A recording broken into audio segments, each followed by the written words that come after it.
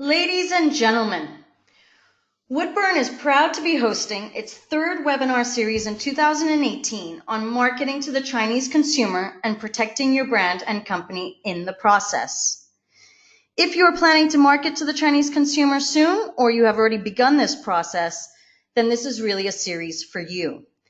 Together with Dominica from Emerging Communications, a full-service Anglo-Chinese digital marketing agency, we are going to provide you with as much information as we can to help you in your first phase of your China market entry, which is to discover and build your brand.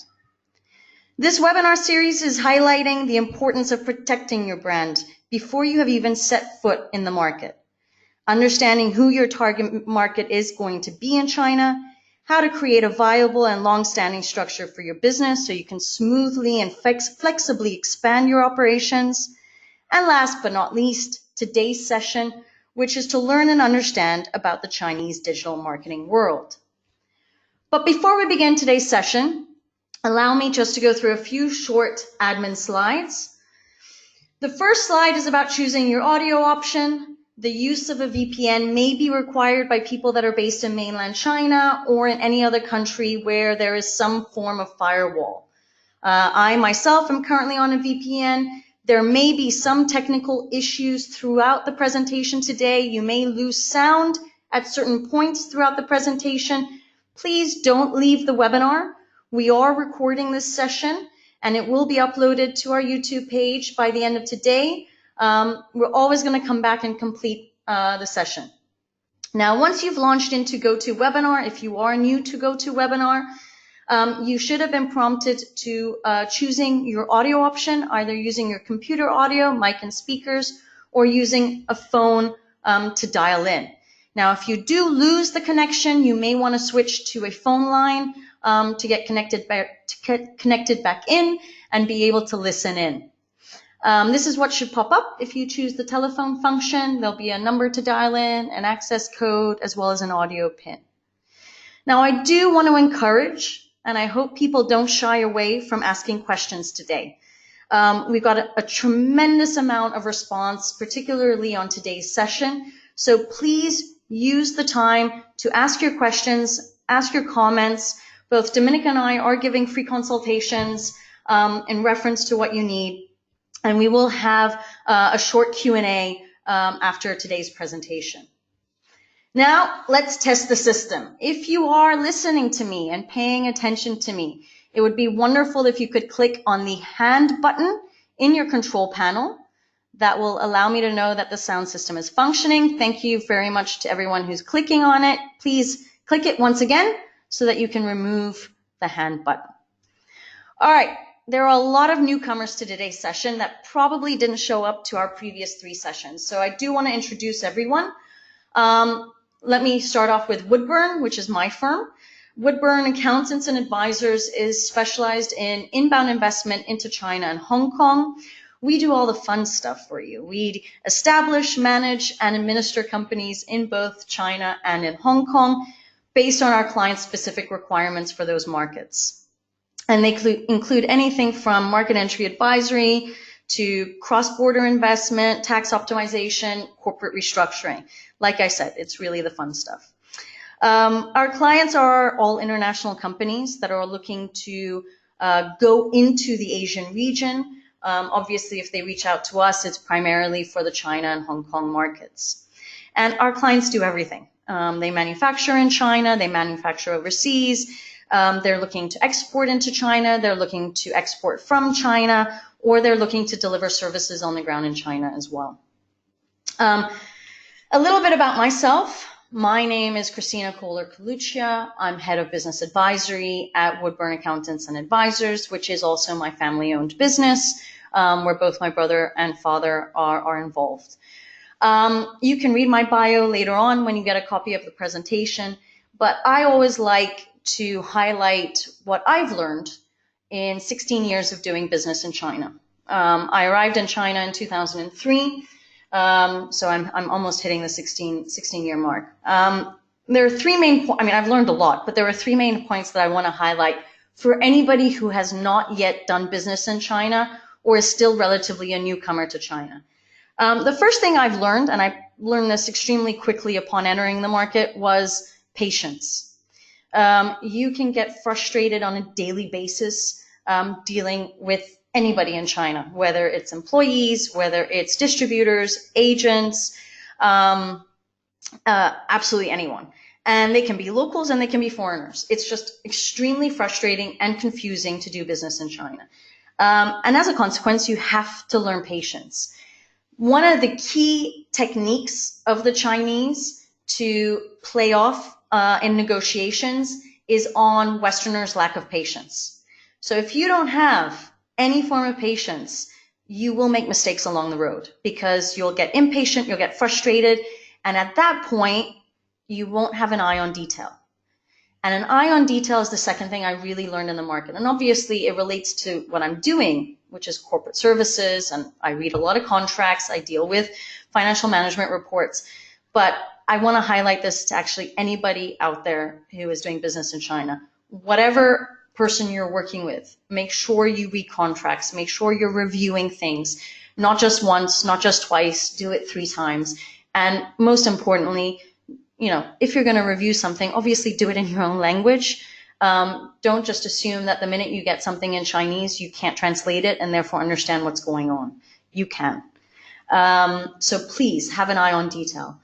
And the third thing that I want to highlight is that it's part of the Western culture to always look for someone to blame. My mother did that when my brother, my sister, and I did something in the house. She wanted to know which kid did it. It was always focused on who to blame. In the corporate world, it's exactly the same. If you are a CEO, CFO, GM, you're always looking for someone to blame if there's an obstacle that's arisen, a problem that's arisen, a mistake that's arisen, versus looking past that and finding a solution. And I think the beauty of China is the fact that you can always find a solution. And I say this because in a lot of markets, the laws and regulations are so black and white and standardized that once something happens, you can't do anything about it. China's not like that. There's always a loophole. There's always something you can do to get around it, okay? In the realm that it's legal. And people don't focus on that because their assumption is there's nothing that we can do if we've hit a roadblock. It's not true. There's always something you can do.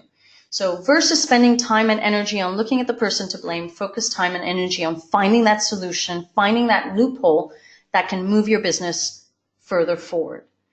My goal with these webinar series is always to inspire people, inform people, and educate people in doing business in China. And I just want to highlight before Dominica starts today, how Dominica and I got together in relation to these webinar series. We started talking, actually, we met in person for the first time in March of this year. And we got to talking about, Dominica started talking about her agency, what she does for companies out in China or who are looking to go into China. And I started talking and I started thinking, wow, actually I have a lot of clients that approach me saying they want to start developing their marketing strategies or branding strategies even before they start incorporating something in China. Or they approach me in terms of, how do we do WeChat? How do we have our website? How do we do this? How do we do that? What is your opinion on how things should be related? There are a lot of things that are not part of my expertise. I know a lot, but I don't know enough. And this is where Dominica's firm can then get involved and can help companies develop their strategies in relation to marketing and branding. And it's the same way when Dominica gets clients and, they start saying, what, we need to have a website hosted in China. Oh my God, we have to have something established there. How do we go about doing that? You can kind of see that, our services kind of interlock with each other. Companies need a service provider and they need an agency to help them go into the market. And there are thousands of providers out there in all various types of advisory businesses, whether it's HR, audit, legal, corporate services, all the way down to marketing agencies, PR firms, etc. And all of these firms should be coming together for you to create a solution for your China market entry. Now, you might all think, wow, reaching out to all these firms might be expensive, but you need the help of people to get into the China market in order to have a soft landing and to avoid as many obstacles as possible. And this is how Dominica and I come together, and how other providers can also then filter in and come together to create these types of solutions for you. So you've heard enough from me. I'm going to be coming back for the Q&A at the end of Dominica's presentation, but I'm going to allow Dominica to present. Dominica? Good morning, everybody. Hi, I'm Dominica. Thank you very much, Christina. For those that have actually followed the webinar series this week, this is webinar number 4. And yesterday, Christina talked about the setup of certain things, such as being able to host in China, such as setup of WeChat, the importance of registering a domain name. So this session will lead very nicely onto that, and it's going to look at channel strategy, but just a little bit about myself and emerging communications for those that don't know of us. I've been in the market 7 years. Previous to that, I was in the digital marketing space for a long, long time with a previous agency. And I recognised there was a real gap. There was a lot of agencies, and there still are, that are actually offering marketing services within China, such as search and social and so on. But no agency that I could find, unless you went to the likes of WPP, Accenture and PwC, that actually offered the consultative service that you need before you actually enter the market. And actually, the channel should be the last thing that you do. And the first thing you need to establish, and this was my session on Monday, is who's your customer, what do they want, how do they actually want to buy from you, what will they expect, and what do you do to compete with your competitors within China? And there is a great assumption from UK brands, you're competing with UK brands, and you're not. You're competing with global brands from Australia, America, Spain, Germany, France, you name it. And so we talked a lot on Monday about understanding your customer, and I recognised that there was a real gap in terms of consultative practices and agencies that could actually fill that gap to help clients to identify who their customer was and the best approach to actually gain market share and to be successful within China. Once you know who your customer is, what they want and how they'll buy it, you're halfway there. But too few clients know how to do that process. So that's where Emerging Communications was born 3 years ago. We have 3 divisions. We have the consultative division, which is the what, if, why, but, where, how, which I just mentioned. And then we have a services division, which is the delivery of those various channels, which we're going to talk a little bit about today. So whether that be social media or search or SEO or website development. And that dovetails quite nicely into what Christina does, because with all of those services, there involves a level of either setup, or in the case of web, the important thing is that your client and customer can actually see your content in China, which will require an ICP license and hosting provision. So the other strand of the business, which is fairly important to mention at this juncture, is that this webinar, because I only have half an hour, is very much focused on, you now know your customers. There's an assumption you know who your customers are, the customer segments and how they behave, what they want and what your point of difference is. Now, how do you reach them? So we're going to talk about channel planning. There isn't time in this session to talk about specifics of, say, search, so Baidu platform or WeChat or Weibo or Juhu or the specific platforms and what you can do on those platforms. So at Emerging Communications, we regularly run training, workshops, seminars and masterclasses. And in fact, we're running one at the end of November on the inbound market, and we're back running our monthly seminars on social media and search marketing next year in 2019. And you'll find details of those on our website under events. So for very focused information on each channel, that's probably the best way to go. So today, let's start and talk about how you go about planning what channels to actually target your customers. Next slide, please. Thank you very much. All too often, brands forget the most important thing. So let's just assume you know who your customers are and what they want. There is an awful lot of people, in fact, even at the conference yesterday, people were saying to me, are you a digital agency? I suppose to all intents and purposes we are. But actually, is there such a thing as digital, offline, online in China? No. So let me explain. If you're a customer and you want to buy something within China, you might choose to go within a store. Let's just say it's a fashion outlet, and you might see something you like and they don't have it. And you'll go onto an iPad in store, or you'll go onto your phone and you'll go onto a WeChat store, or you'll go onto their website and you'll order it. And you can say, I want to have that delivered to my house within the hour. You'll get home and there it will be. There is an assumption in China, and more importantly, there is an expectation that if you're offering e-commerce, so let's just take e-commerce, for example, and let's just take one sector, say fashion, that you have it within the hour, within 2 hours. And when I'm in China, I'm always astounded at just the sheer number of delivery options there are. Bike, moped, a taxi, lorry. You just expect, and I expect when I'm in China, to get onto WeChat, order something, pay for it through Alipay or WeChat Pay, and it's there. So if you're competing in that sector, that's really important to recognise. And I talked at a conference yesterday about e-commerce, and it really is important to understand, choose the right platform for you that can offer those options, the customer service, the delivery options, because that's what your customers expect. In other markets such as manufacturing or professional services, is going to be much more about a face-to-face person being important, distributor, salesperson on the ground. But it's also really, really important that to support all of that, that you have a marketing channel strategy.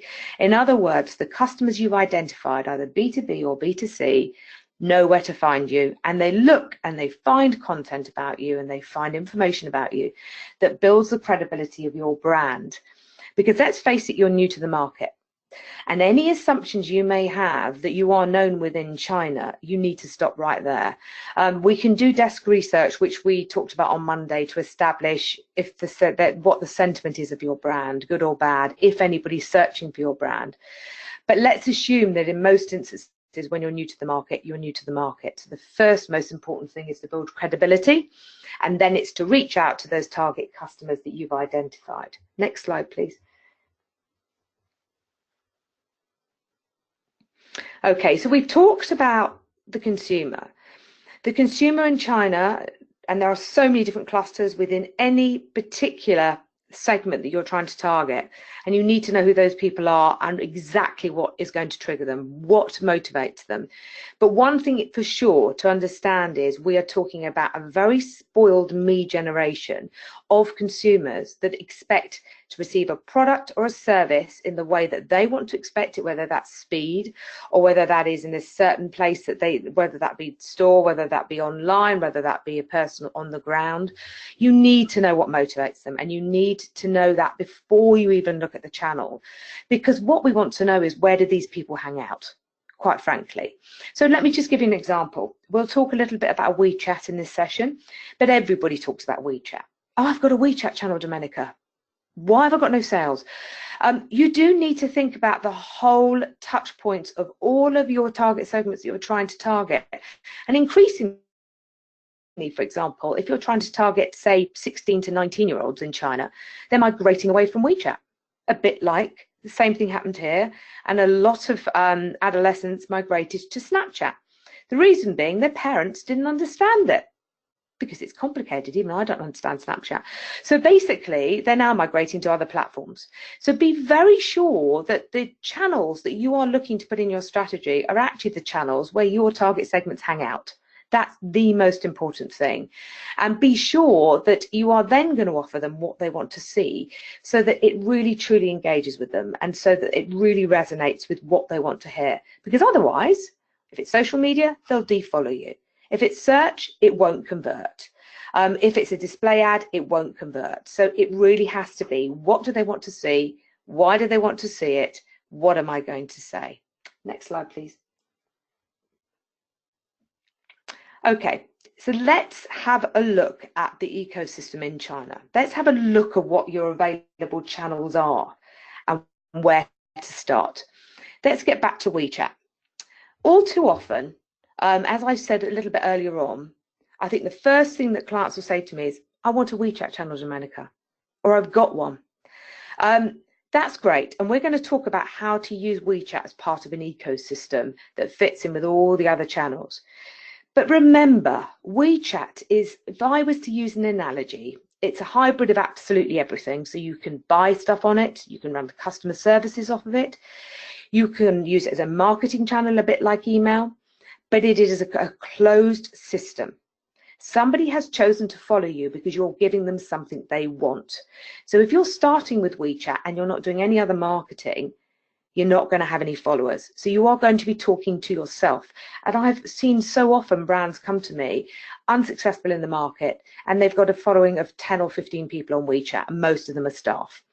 So WeChat, we'll talk about how to use that in a second, but what you need to understand is the ecosystem just within social media, and this is some research done by Kantar last year, is very, very, very complex. And without overcomplicating this, because it really isn't complicated, it comes back to basics. Where do your customers hang out? What do they want to see? How do they want to engage with you? And once you know that, you can start to pick and choose your channels within social media. We'll talk about other aspects in a minute. And you can start to go, okay, I'm looking at a specific segment. Let's just say I'm looking at millennial women who spend X amount per month on fashion items. And we've identified they're the following clusters. Then we'll have a look at where they hang out. What do they want to see? It always, always, always comes back to the customer and what they want to get from your brand. Next slide, please. Okay, there seems to be a slight problem with this slide. Okay, that's better. Okay, don't fall off your chair and have a look at this and go, oh my goodness me, Domenica, what are you talking about? This is just to demonstrate one thing. Firstly, it's not a tube map, even though it looks like it. This is just the ecosystem for social media. This is not even, there's a little bit in there about search, but more search marketing in relation to social media. This is just to demonstrate it's a complex ecosystem with many, many touch points. You need to figure out where your customers hang out.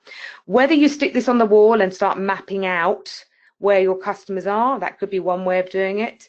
But really do your research at the beginning and figure out where your customers congregate, because that is the starting point.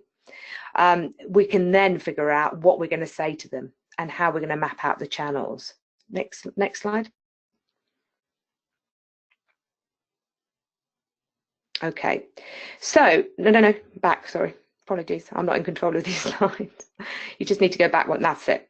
So it's effectively, just to reiterate and summarize, we know who they are. That was session number 1 on Monday, target segments. Now we're going to look at how we do it, where we do it, what we say, why we say it, and when we say it. Now, this is really, really important. And if you just stick one slide by your desk today, it's this one. Even forget about the ecosystem behind. It's these 6 points. Who are you targeting? How are you targeting them? Where are you targeting them? What are you saying? Why are you saying it? When are you saying it? Let me give you an example. If you're a university and you are now looking at 2019 recruitment, as we are with many of our universities, you've got a very short window when your applications are going to come in. Most of them will come in by January, February of next year, by which time a undergrad or postgrad will have a number of offers on the table, and they will then choose which university they want to accept an offer. They'll then go to said university, and then the communication should continue. Now, all too often, what universities will do is they'll focus on, yes, we know we're targeting undergrads and their parents. Great, tick.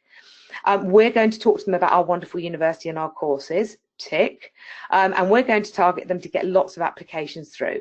And then it stops. And this is why the when question is so important. You don't stop there. You've then got to convert them when they've got an offer on the table, typically 5 or 6, to make sure they choose your university. And then when they come to the university, you want to make sure that they talk about what a wonderful experience it is, so that they tell their friends and they say on social media why other people should go to your university. They'll then become alumni. They're then extremely valuable in market to sell your university, and so on and so forth. So the same target segment moves through a journey. And that particular customer in whatever sector becomes an advocate, and you need to nurture that advocate. And that's why the when and the why is so important, and not just the where as in the channel. And so many people focus on channels and they don't focus on what they're saying, how they're saying it, why they're saying it, or when they're saying it. Next slide, please. Okay, why start with the channel strategy? Why not just go to a digital department and say, look, guys, you've done Russia, you've done France, you've done Spain. Could you do China for us? I understand that Google's not very important in China. I think there's another equivalent called Baidu. Can you just stick something on there? Quite simply, if you don't look at this from customer through to what they want, all those things that we've discussed over the session of this week, you're going to just be operating in silo, and your conversions are going to be very, very, very low. And more importantly, you're going to spend an awful lot of money to get very little traction. So you need a strategy. Like with any market, you need to think about what channels, when, how you're going to talk to those target segments. Next slide, please. Okay. I've tried to really simplify this because it really is not that complicated. One of the things that you can do in China, you can do it globally, but a lot of brands don't realize this. Once you've identified your segments, and I mean try and keep them as discreet as you possibly can, the more discreet your segments, the more targeted you can be, both on channel and in terms of messaging. Let me give you some examples. So let's just take Alipay. If you're a retailer and you have Alipay within your stores, you can now target globally Alipay promotions within a certain geography, so certain, literally as people are walking near your store to get them to come inside with some kind of offer or promotion. You can use programmatic advertising to target students at different stages of their journey. And in fact, the conversion rates for undergrad and postgrad in those early stages from September to January are really quite staggering for some of our universities. You can very, very, very clearly define your target market on Baidu, paid search. So once you know who you're targeting and what you're saying, you can put it right the way down to certain psychographics, demographics, geographies. You might recognize that actually your target market is tier 2 cities, that it's a certain demographic. So that way you're not wasting an awful lot of money on media for it not to convert. So you need to think about location and targeting and timing and profiling. And without knowing who your customers are, you simply can't do this, which is why that piece is absolutely vital at the beginning. We talked about on Monday. Then you can think about, okay, right, I'm going to use this channel as part of a channel strategy in order to drive leads to a dedicated landing page. What am I going to say? What is the hook and what is the call to action? It's vital that you start thinking about content at the point where you've identified who your customers are, what they want and where they hang out. Because each individual customer segment and cluster will want different content. And in fact, a particular segment will want different content at different times of the sales cycle. If they're almost converted and they're fairly warm, you're not going to say the same things as you would say if they were completely cold lead. It's pretty obvious stuff. So don't just translate your content in-house with an intern that speaks Mandarin. Make sure it's copywritten because it's selling on your behalf. And even more important, if you're not in market and you're running e-commerce, you would never dream of trying to sell your products or services by just having somebody in the accounts department who happen to speak English write your ads for you. So don't think you can do the same with Chinese. It's got to be grabby, it's got to have a hook, it's got to have a call to action, it's got to really, really engage with your target markets. It's got to create interest. So the content is absolutely vital, and so is the channel, but choosing the right channel at the right time with the right message has got to be a plan. I talked a little bit about Monday. One of the questions that we have was, should it be driven by the digital department, your digital strategy? Absolutely. But the customer, who the customer is, and identifying exactly who you're going to target and when should be driven by marketing and by ops and by digital.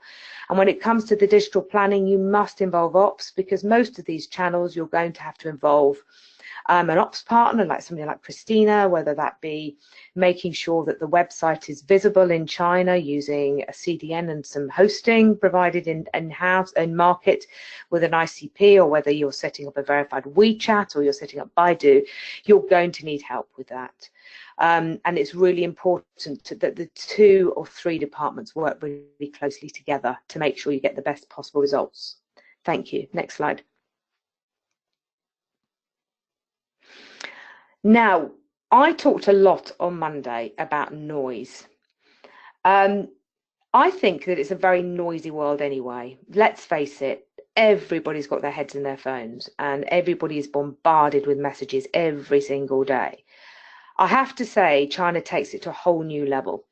I was in New York a couple of weeks ago, and I haven't been for a few years, and I was staggered at the fact that there's still posters in New York everywhere. And especially as anybody who spends a lot of time in the US, a lot of the posters have people's faces on them with a telephone number. Now, in China, everything is digitalized, absolutely everything. So adverts have QR codes to send you to WeChat. Everything is either a movie or a video. It's all moving. And it is absolutely insane. And you're bombarded on WeChat, you're bombarded when you're on the tube, you're bombarded when you're in a taxi by advertising from loads and loads of brands. So cut through is absolutely vital, that you recognize that you've got a customer who's bombarded. So why should they listen to you? And it's about relevance, it's about resonance, it's about the right content at the right time, whether it actually triggers some kind of action. Because let's face it, marketing is all about driving sales leads or driving sales. That's what it should be about. It shouldn't be about spending money and hoping for the best. And let's get on to WeChat. Now, we do separate sessions, as I said, on WeChat because there's a lot to say. But what brands fail to recognize is WeChat, for me, and for us at Emerging Communications, we've recognized that WeChat should be the central repository, for want of a better word, of all of your marketing. So let me explain. So let's just imagine, let's take a different sector for now. So we've talked a bit about education, we've talked about retail. Let's just imagine you are a professional service, because there are a few of this on the call. And you're trying to build your brand awareness in China. You've done all, you know who your target segments are. You've got maybe one person on the ground or a couple of people on the ground. Christina set you up on channels. So you need to build your credibility. Nobody knows who you are. So you might set up a microsite with Chinese versions of what you offer in the UK, but localized content, and you've worked out a way, you've worked with somebody like Christina to do your hosting, that's all fine. People can see your content. You set up a Baidu campaign to run some leads to landing pages within your website, and those leads go directly to the landing page. And then you're building your credibility on social media, say Weibo, which is a fantastic platform for outreach. You might be using some bloggers, you might be doing some search marketing on Weibo or some retargeting on Weibo. I'll talk a little bit about Juhu in a minute and LinkedIn. So you're using quite a few channels. Now, where does WeChat come into this? Now, all too often, what happens is brands will give the WeChat channel to somebody in market to control. Now that's for the following reasons. A, it's in Mandarin. B, they understand the channel. And C, nobody wants to do it in the UK because they don't understand how. Now, WeChat is so many things. It is not just a marketing channel. So you should be using it as a marketing channel to give information to your target segments in a timely fashion, so not too often and not often enough. It depends totally on your sector. You should have guidelines in terms of what content and how you talk to those customers. But you can also use WeChat for customer service. And you can also use WeChat as a CRM tool. So, for example, I might have landed on a landing page and I want to know about your business, and I've looked at your website, but actually I want to talk to somebody. And, oh, great, there's a WeChat QR code on this landing page. I'll go to WeChat. Oh, there's a contact us section on the customized menu on WeChat. I'll call somebody. So I could spend hours talking about WeChat, but just remember that WeChat can be the central function within your marketing. And that's how we use it for our brands. It could be used to warm up leads that are already following you that haven't yet converted. It can be used to create advocacy. It can be used for customer service. We regularly use it in the retail sector and in the education sector. If there's a complaint, we can take all of those complaints off WeChat open platform and into a closed platform in private messaging. And it's a great way for your customers to feel they can connect with you in market with somebody who speaks Chinese, even if you don't have people on the ground, but hopefully you'd have at least one person on the ground. I'm going to talk a little bit about the importance of Juhu and LinkedIn in a minute. Getting back to the importance of knowing who your customers are and what segment you're in and who you're competing with will also determine what other channels are relevant. We've got an example here of Ctrip. So if you're in the tourism sectors, 76% of travellers to the UK now, or Europe, but certainly UK, are independent travellers, and they are booking independently through Tuna, Ctrip, Elong. There are many. Expedia and Hotels.com are now in China. They're independently booking and planning their travel and planning their shopping and planning what they're going to do, planning where they're going to stay right the way before they leave China, so they don't waste time when they're here. So obviously using an OTA and being present on an OTA is absolutely going to be vital as part of your e-com and marketing strategy. But if you're not in the travel industry, it's irrelevant. Which sounds pretty obvious, but you would be amazed at the amount of brands that get really bad advice, and we find them on a platform that's in completely the wrong sector. And this comes down to, do your customers hang out there? And if not, why are you on there? Why are you wasting your money? And let's not forget about offline. As I said in the very first slide, there is no offline online in China. The customer expects the same experience by phone, in a meeting, in a store environment, when they're out and about as they do when they're online, and they expect it to be one seamless journey. If you can't offer that and you're in the e-commerce world, you need to rethink, and you need to certainly be on platforms where they can offer that for you, because otherwise you're just not going to compete with the global players who are already there and already doing that. And if you're in other sectors such as education, professional services, LinkedIn is absolutely vital and highly successful in not just recruitment, but in building brand and credibility. And we work with LinkedIn China for a number of brands and professional services and B2B. So it's about knowing what channels are right for your particular company, market and target segment. Next slide, please.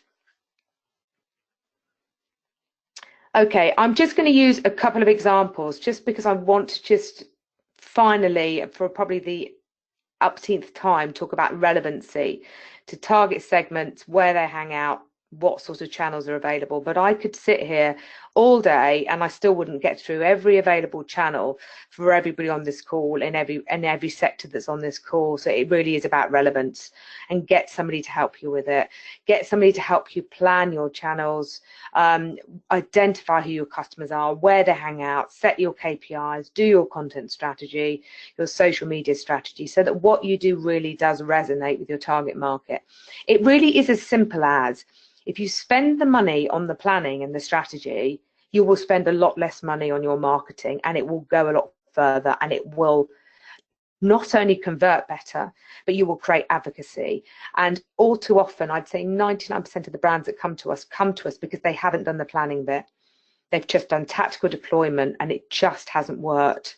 It may have got them a few sales, but those sales are either very small or low yielding, or just they're not getting a return from their budget. So just next slide, please. Okay, so there are so many different ways and so many different channels out there, depending on who you are. A lot of you will have heard of live streaming in China. It's increasingly important. You can now live stream, and let's just take fashion or the alcoholic sectors like wine and whiskey, using KOLs, key opinion leaders, I talked a little bit about on Monday, and I talked about in another event yesterday. If you're in the fashion or beauty sectors, if you're in travel or hospitality, in fact, if you're in most sectors, there will be key opinion leaders who have a lot of followers, who have significant credibility in your market, and your customers hang out and follow them. So it makes sense to leverage what they have to say. Now, not just by using them as a media tool to get outreach. Yes, that should be part of your strategy, but actually truly engaging with them. And we have seen phenomenal results using live streaming, using KOLs, actually being able to click on an item and buy it right there and then through WeChat, through social e-commerce. So if you're in that sector, you need to be looking at it. You need to be identifying, right, our customer segments are like this. What sorts of KOLs, what sort of celebrities, what sort of people could endorse our brand to give us real, true credibility? And can we live stream it? Can we really make it truly engaging? Even if it's as simple as curating some video. We recently did this for a stately home in Derbyshire, really successful. It's had amazing reach, amazing engagement. And it was simply choosing the right KOLs for the brand that really fitted the brand, really looked like the brand, and really got the brand. And that way, it has a lot more credibility. So your target market think, well, actually, they really do understand me.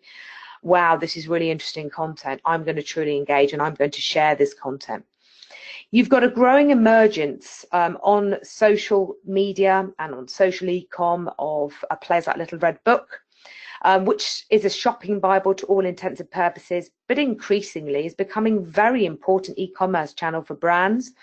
It's grown massively in the last 12 to 18 months, has a very, very high female bias, very young audience. So again, if you are targeting men over the age of 40, it's not the right channel for you. Absolutely not. If you're targeting women who are under the age of 35, who are living in tier 1 and 2 cities, this could well be a very good channel for you, not just for marketing outreach, but for e-commerce as well. So again, it's about relevance and resonance and where do your target market hang out. Next slide, please.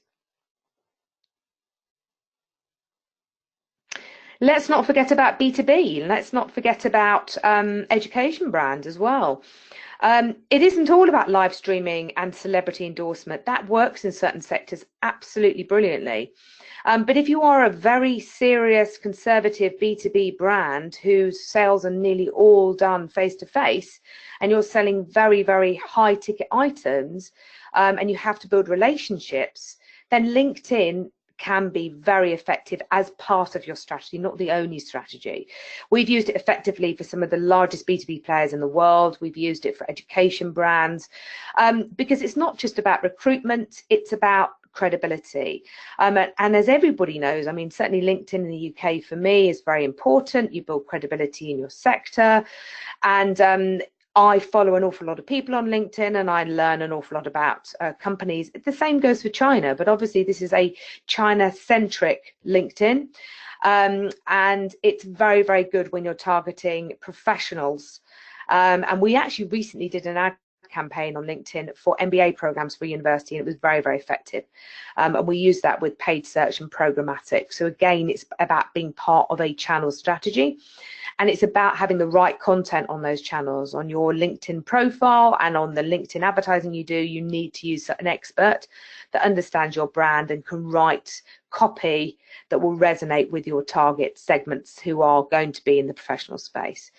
Juhu, we actually run sessions on this. Juhu has is a bit like Yahoo question and answers, for want of a better phrase or an analogy.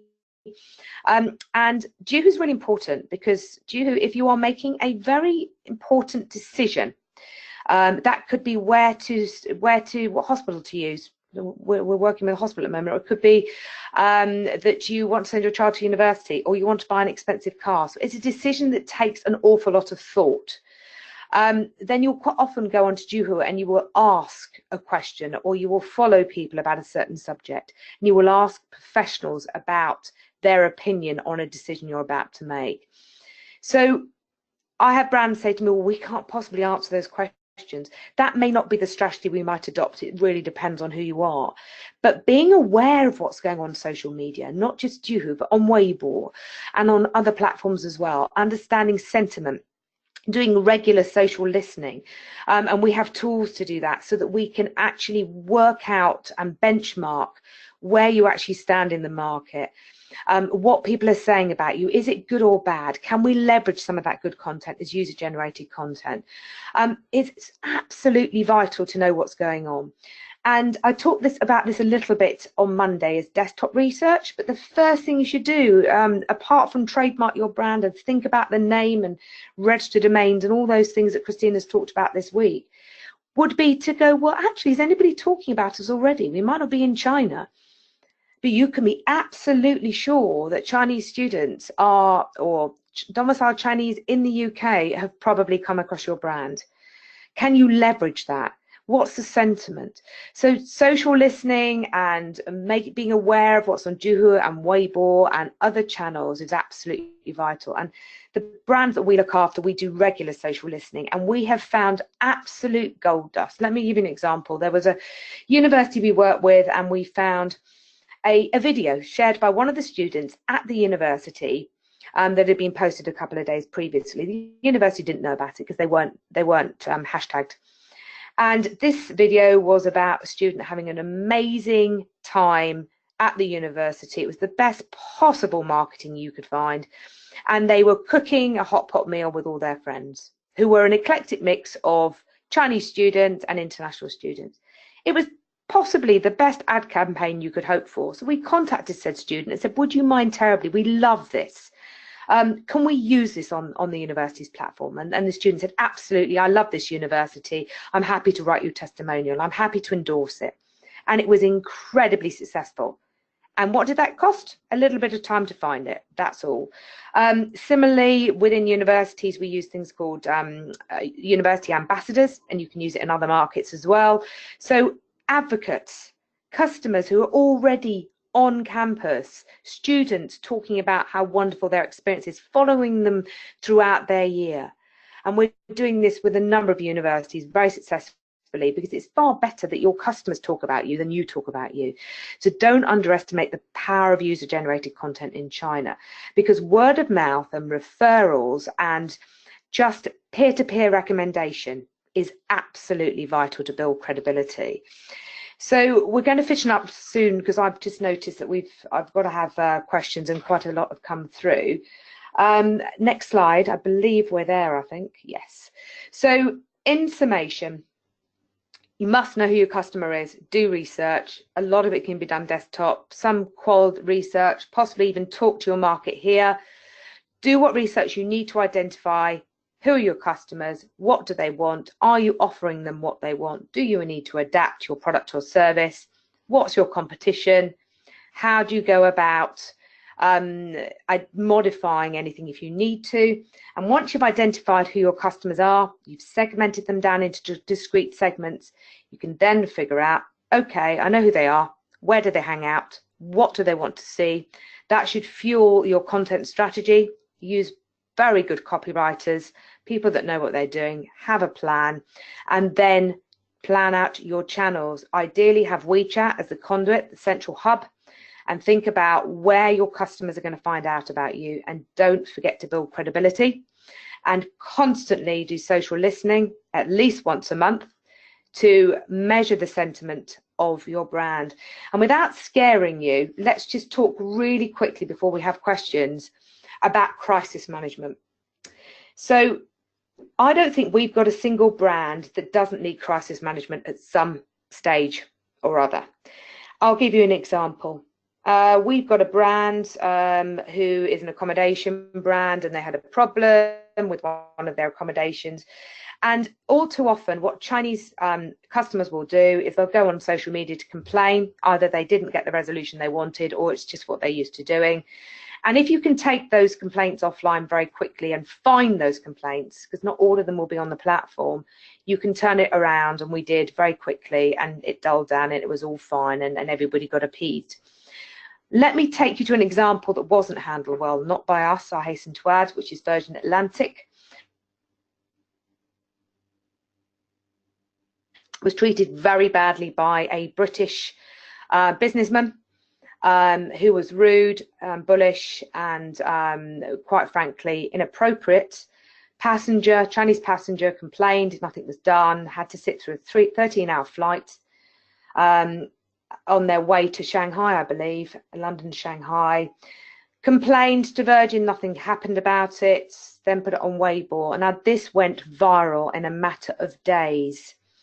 And there were thousands upon thousands of complaints of people saying it's happened to me too and they don't care, etc., etc. And actually Virgin didn't pick it up until it leaked to Twitter by somebody travelling back to the UK, by which time it was too late. So do be aware of what's going on, because you can't always control every single person in your organisation and what they say and what they do. Be aware of what's going on, listen, and do something about complaints straight away. So even if you don't have a social media presence yet, be aware that your customers will be creating one for you. And that's why it's extremely important to control your brand. Thank you very much. Thanks, Dominica. Christina. Let's go on with the Q&A. So I'm going to be a little bit selfish here, because I have 2 questions that popped up throughout your presentation that just piqued my curiosity, especially because I do most of the marketing for Woodburn as well. So I've used Google Ads in the past quite a lot. And I just wanted to understand, or the biggest problem for me with Google Ads was the profiling aspect. I profiled as deep as I possibly could because I knew who my target person or company was. But I always had mistakes. I would get people from jurisdictions I didn't want. I would get, companies I didn't want, sizes that were wrong. When you do the profiling on Baidu or any of these other platforms, is it accurate?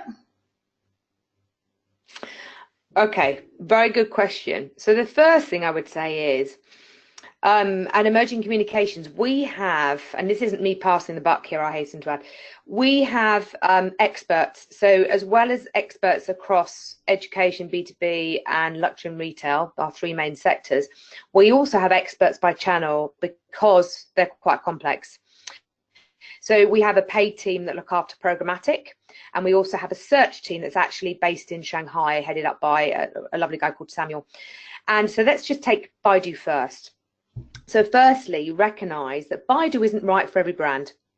And the reason I say that is it might be right for you in 6 months or a year, but we've had instances where brands have come to us wanting Baidu, and we've actually steered them in another direction first, because there is no brand searches for what they're offering yet on Baidu. So we can do brand searches on Baidu to identify, A, what is the search volume and traffic for particular terms? Is there enough to make it viable? And are you in the right timing? In other words, is your brand recognized enough? Have you built up enough credibility for the traffic to convert? The other thing that's really important about Baidu is you've got to have Chinese landing pages. You don't have to have a website. But the landing pages have got to be right. So in other words, there's got to be really good calls to action. The copy on there has got to be right. And we have copywriters do that, not our paid search team. Very different set of skills. One's a writing and ad copywriting skill, and one is a programmatic skill. This comes on to writing of ads. We have our ads written by specific people that only write Baidu ad copy, and they're not the same people that actually manage the campaigns. So as you can start to see, we've got 3 types of people that manage those campaigns, and will optimize and will look at certain search terms and go, they're really converting and they're not. Normally with Baidu, we're running that in conjunction with social media, because social media is so important to build credibility, and quite often Baidu will be what we call cold leads. So somebody is searching for a particular product or service, they find you, they'll land on a landing page, and especially if the whole site isn't in Chinese, they'll go, is this company bona fide? Are they real? Are they fake? Should I trust them? And they'll go straight away onto Weibo. And they'll have a look at who's talking about you, hence user-generated content, testimonials, case studies, especially in professional services.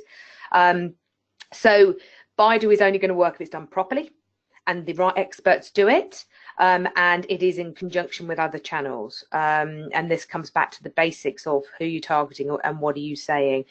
To just translate what you're doing on Google AdWords or even advertising on Google and just saying, right, I'm going to do brand zone on Baidu and spend 20, 30 grand a month is just not going to work. It's a different market with different triggers, different drivers, and actually the competition for certain terms will be different. And we'll always advise a brand if they want to go onto Baidu exactly what to do and whether or not it's the right channel for them at that time as well. Does that answer your question? Yeah, it does. It's intense. Sorry. No, and then my second question was the following. So, and I'll use the example of wood burn to kind of make it clear and more transparent. Something that I learned throughout the marketing is the fact that wood burn is a family company. And although we have the brand Woodburn, ultimately I am the behind the scenes expert. So I'm also the brand, so to speak. And I was curious whether in China, when you do any form of channel marketing, is it better to use personal profiles, corporate profiles to build the brand? I mean, probably your answer will be both, but I'm just curious how the Chinese consumers view that. Just so that I understand, are we talking about your particular professional service? I just gave mine as an example. I just gave mine as an example, but if you would use I don't know, Giorgio Armani, and you know that Giorgio Armani is the brand, it's this guy. Not that he's gonna have his own personal WeChat account, but that's probably too big. You of a would brand. be surprised. Okay. Victoria Beckham's got her own personal Weibo account and WeChat. Okay, it depends on the sector you're in. If you're in, say, the fashion world, then it's a mixture of using celebrity endorsement and KOLs to build the credibility of the brand. Armani and Giorgio Armani and Piero Armani are quite well established within China. So imagine you are not that established and you're starting out. When it comes to professional services, people buy people in China even more than they do here. And so that's why LinkedIn is quite important, but also building up, I would say probably a better way of putting it is on, say, your Weibo platform and WeChat, talking about the people in the business. So, for example, if you're a legal firm, it's going to be about trust. If you're accountancy, professional services, it's all going to be about trust and credibility. So social media is going to be absolutely vital. Weibo, WeChat, LinkedIn, and Juhu, where people are asking very complex questions. You're not going to have a celebrity to endorse as much as you might want to, Christina. Your business here would be completely and utterly inappropriate. And let's face it, the leaders of professional services businesses are very, very important. That is the same in China. Interestingly, I mean, you spend a lot of time in China, I know, and you've got a team there, and you spend time traveling the world, and that's what you have to do. I spoke to somebody this week who has struggled to get real traction in China with their professional services organization, and they've never been. Oh my goodness, why bother? So, you know, you've got to spend time shaking hands, making connections. And let's just talk about connections for a second. Connections are everything in China. I mean, you and I were talking about this at the beginning of the call. So just your little black book of people you know is the most powerful tool you will ever have. If you are in professional services, especially, because you'd be amazed at who they know and who they know and they know, and it is about word of mouth recommendation. So in answer to your question, if you are the brand, there's nothing wrong with you profiling your face, but it has to be on the appropriate channel and it has to be appropriate. And that's not probably answering your question because it's quite a broad question, but it depends on what you do. So, really. So you highlighted a couple of times, and in that answer you highlighted as well about influencers and KOLs. Yeah. If a company has never ever paid for an influencer, or never ever doesn't even know what a KOL stands for, why use them in China? Why is it so relevant there? Okay, so firstly, we're talking about a culture that is built on peer-to-peer recommendation and word of mouth. That's the first thing. So a KOL, a key opinion leader, and you can have them in any sector, B2B, education, pharma, retail, fashion, accessories. So don't think it's just about the fashion world. They are effectively an opinion leader, a bit like I suppose you and I are in this industry. So people follow them. People want to know more because they know that they know what they're talking about. They have credibility. So the most important thing in any business is you treat your KOL plan and strategy with the same respect you would treat your channel plan. Because you're going to be spending money on these KOLs. They are not free. And if I have one more brand come to me saying, I want to do it free, and I'm like, well, good luck with that, because that's not the way the industry works. they have power in China. So suppliers in China have a lot more power actually than the brand. It's completely skewed. So let's just take an example of a KOL. I mean, we run KOL campaigns all the time across all sectors. You can use KOLs in 3 ways. The first way is you use them as media outreach. So let's just say you've set up your Weibo platform and your WeChat platform and you've got no followers and you want people that you've identified as your target customers to follow you.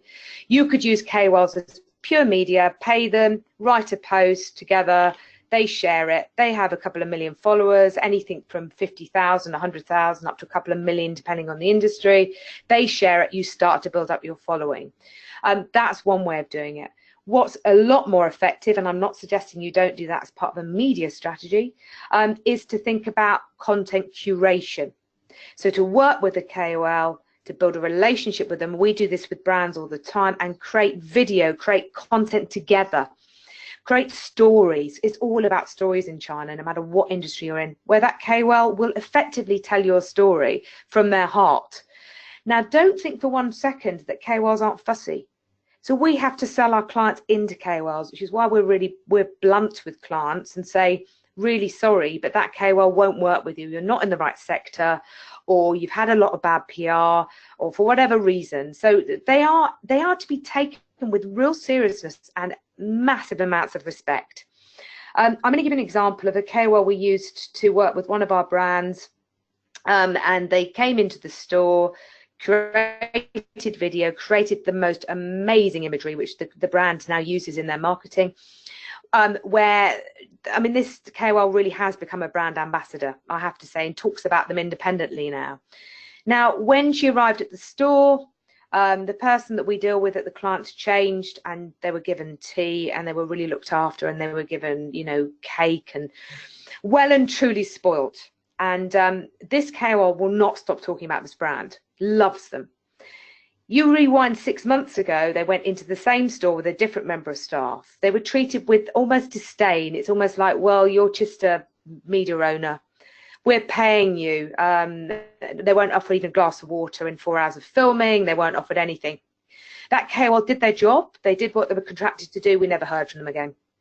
So looking after KOLs, looking after bloggers, looking after influencers is vital. Treat them with respect, and they will become your biggest advocates, and in actual fact probably your biggest customers. Whenever we run events where KOLs are the center point of the event, and it's enabling the brand and their customers to meet the KOLs, they normally spend the most money. So do treat them with the respect that they deserve, because they are highly influential. Does that answer your question? Yeah, perfect. I'm going to stop there because we've just run 2 minutes over the allotted hour time. So thanks a lot, Dominica, for answering all the questions and for presenting today. Really interesting. My pleasure.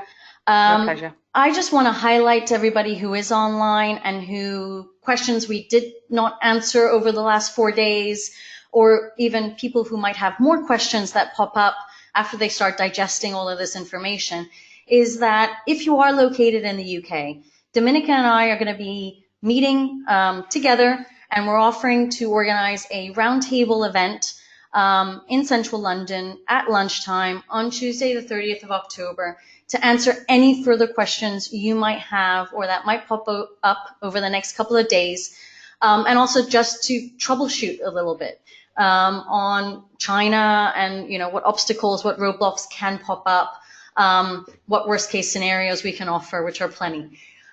So if you are interested in joining this face-to-face roundtable event, please reach out to Jenny at emergingcomms.com. Otherwise, reach out to myself or Dominica, and we can register you for the roundtable event as well. All the recordings of the last 4 sessions are going up on Woodburn's YouTube channel, and they will be spread throughout our various social media channels, emerging communications media channels as well. So if you want to follow us, please do so.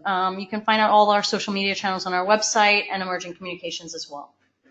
So I want to thank everyone for joining us. Dominica, thanks a lot for the last 4 days. Fantastic. I loved all the information. And I hope to see all of you again very soon. Thank you very much, everybody.